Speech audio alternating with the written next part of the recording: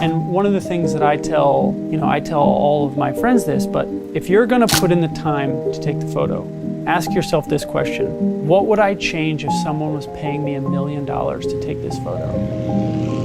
If the answer is nothing, great, then just do exactly what you're doing.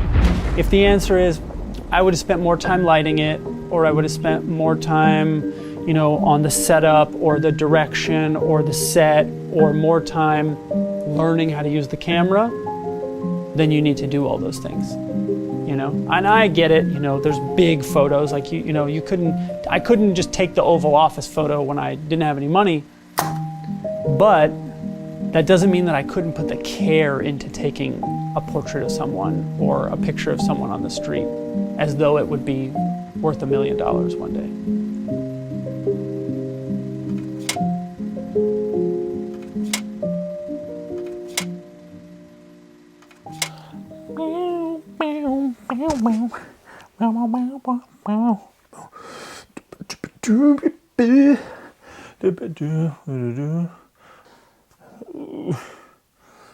People kept making fun of my moustache. Are any of you guys keeping up with the Robinhood app stuff and GameStop? Crazy! Amazing stuff. I saw that interview and that one single quote really intrigued me. It got me thinking, firstly, who the hell is paying $1 million for a photo? I mean, of course, Tyler Shields' work is more than just a photo. His stuff is amazing. If someone offered you $1 million, it would completely transform how you would approach taking a photo. You would not let a single thing up for chance. The amount of preparation you'd put in, ensuring every single detail was absolutely perfect, would be insane. I thought to myself, how could I use this mindset, this perfect or nothing sort of approach?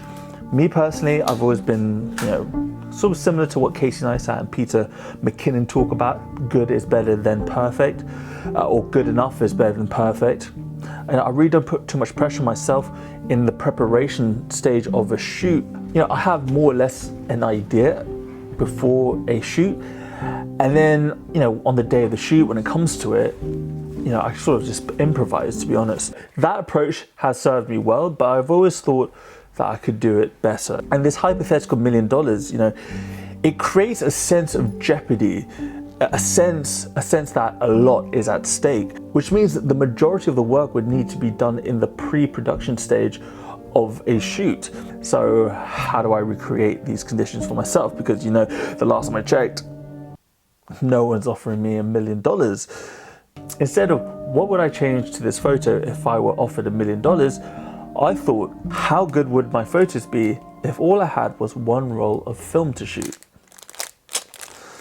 The idea I'm testing is, how would the quality of my images be impacted if I had a lot to lose? For Tyler Shields, if his photo were no good, he'd lose out on $1 million. What amount of currency could I possibly stand to lose? What about likes? How can I recreate these conditions for myself? And I thought, likes, why not likes? Unfortunately, social media engagement has somewhat become a currency. Likes don't mean anything, and they are not in any way reflective or representative of someone's ability, all right? Let's just be clear on that. And I'm not talking about likes and comments on Instagram and YouTube. No. I'm talking about the most expensive form of engagement on the internet. And I would argue that it comes from Reddit. It's like the fight club that the gladiators from Gladiator would go to. Maximus fights in the Colosseum by day and goes to Reddit to fight by night to give himself a bit of a challenge. Essentially, little forums, each dedicated to its niche, where the rules are entirely dictated by the moderators. The rules are as strict as Miss Trunchbull, and the force with which they are enforced is brutal. Even though it's probably more brutal than any forum needs to be, I still like Reddit because it generally has the feeling of being a bit more authentic, a bit more genuine. On Instagram and YouTube, you get a lot of spam likes and comments, which can skew the result. So instead of earning $1 million, what if I could get 250 upvotes on Reddit? Obviously that's not a crazy amount of upvotes, but I want to give myself a bit of a chance here at least. It's still a lot though, still a lot. But in this shoot, I'm not shooting my normal stuff, you see. I deliberately chose to conduct this experiment in a genre in which I have very little emotional investment in, because if I fail, and let's be real, I probably will, you know, I just want to manage some expectations here. At least it'll be in a genre of photography in which I have very little emotional attachment. Whereas if my street photography got crucified, which it does from time to time, I'll be about as calm as Happy Gilmore. What is the genre, you ask? Do you guys remember Ignatius? Yeah, he's we've done a few videos together in the past. Anyway, he's all about the avant-garde and the abstract, which is totally a foreign world to me. He invited me to shoot along with him at a studio shoot that he's planning, so you know, it's his shoot, his rules kind of thing. So I thought, you know what, why not? This would be fun. This would be a good place to test this. So since I only have one roll of film, this is Hector, but it'll be, I'm shooting on the day, Portra 400. That gives me precisely 15 shots with my Mamiya 645 Super, which gives me precisely only 15 attempts to get a quote-unquote banger. From those 15 shots, I'll choose one photo to put up on Reddit. Typically, I'd shoot hundreds of photos if I were shooting digital, like, you know, with my XT3, or, you know, maybe 4 or 5 rolls of 35mm if I was shooting with my Canon A1.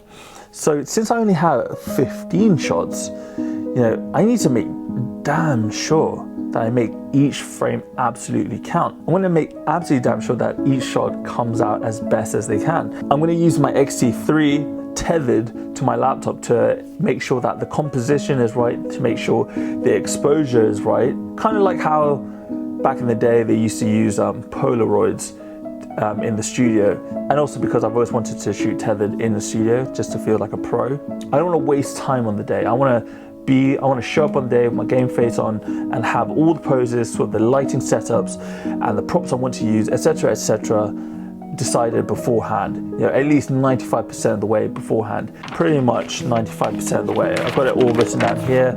I'll allow myself a bit of wiggle room on the day. You know, nothing ever goes 100% your way on any shoot, so. Well, that didn't go quite according to plan. Everything that I had planned for the shoot didn't work, all right? I had it all here. I had it all drawn up here. I had 3 different lighting setups.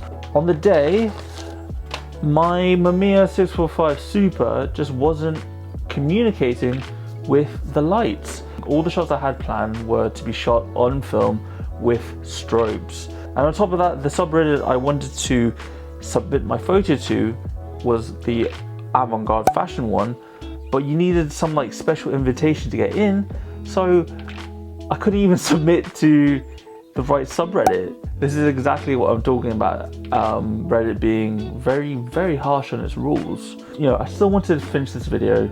I still wanted to get on with it. So since the strobes weren't communicating with the camera, with my Mamiya 645 Super, some of the shots just came out super underexposed because they were being lit by the modeling lamp. And yeah, so it just kind of threw a spanner in the works. In the end, I thought, you know, screw it, let's just finish off the roll. But instead I used some continuous lights. I couldn't shape the light in the way I wanted to. I couldn't add the softbox the way I wanted to. So it was just not the right lighting setup. It wasn't soft light the way I wanted to. The space was a lot smaller than I thought it was going to be. The excuses are boring, but in the end, I still got some shots. I still got some shots I'm really happy with because I decided to shoot with the XT3. Shots like these were what I had imagined, all right? The XT3 worked with the strobes that we had. But yeah, I wanted these sort of shots, but on film. So you can just imagine these shots, but on film. However, there were 2 usable images from the roll of the Portra 400. So I submitted this one to the Art Analog subreddit. I mean, I'm not too pumped on it, to be honest. I don't think I'm not going to get anywhere near that 250 upvote target, but I thought I'd give myself 24 hours to see how many upvotes they get. I don't know, guys. I don't know what to tell you.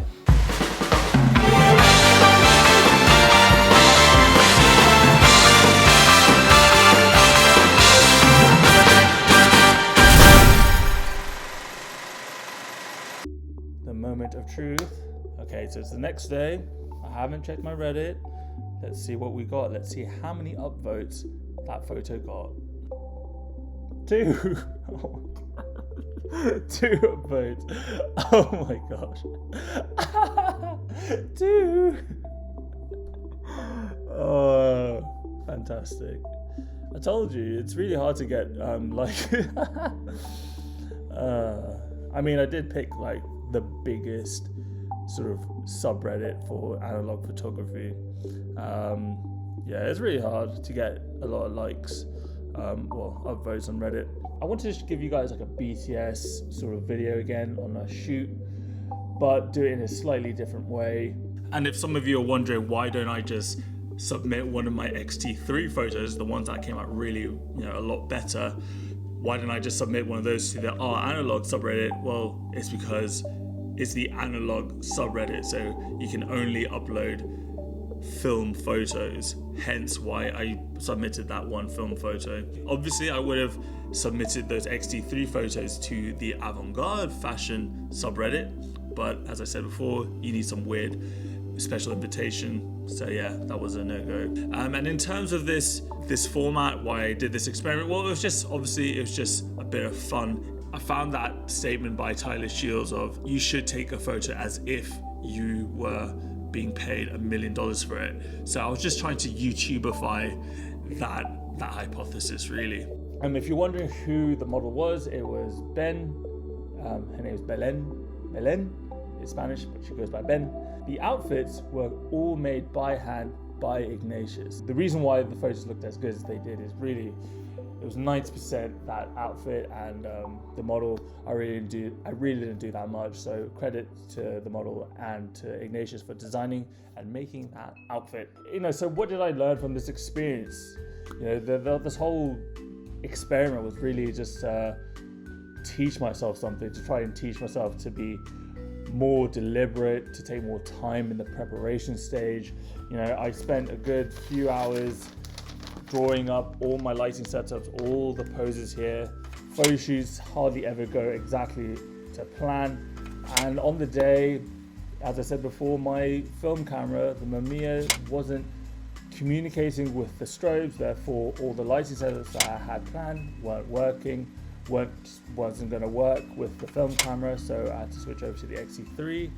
On top of that, the ceiling in the studio that we got was a lot lower than anticipated, so the lighting setups that we had was very restricted by the height of the room.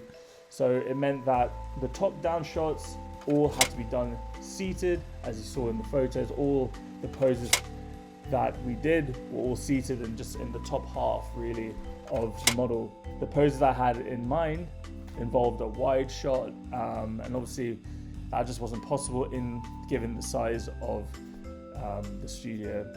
Anyway, that's sort of the reason why I got the shots that I got. I know I only gave you guys a really short bit of the photos. I didn't really give you guys that much time to look at them, because for me, the point of this video was more about the process rather than the photos. Follow me on Instagram at Zain_photo. Subscribe if you have not already, and if you enjoyed this stuff.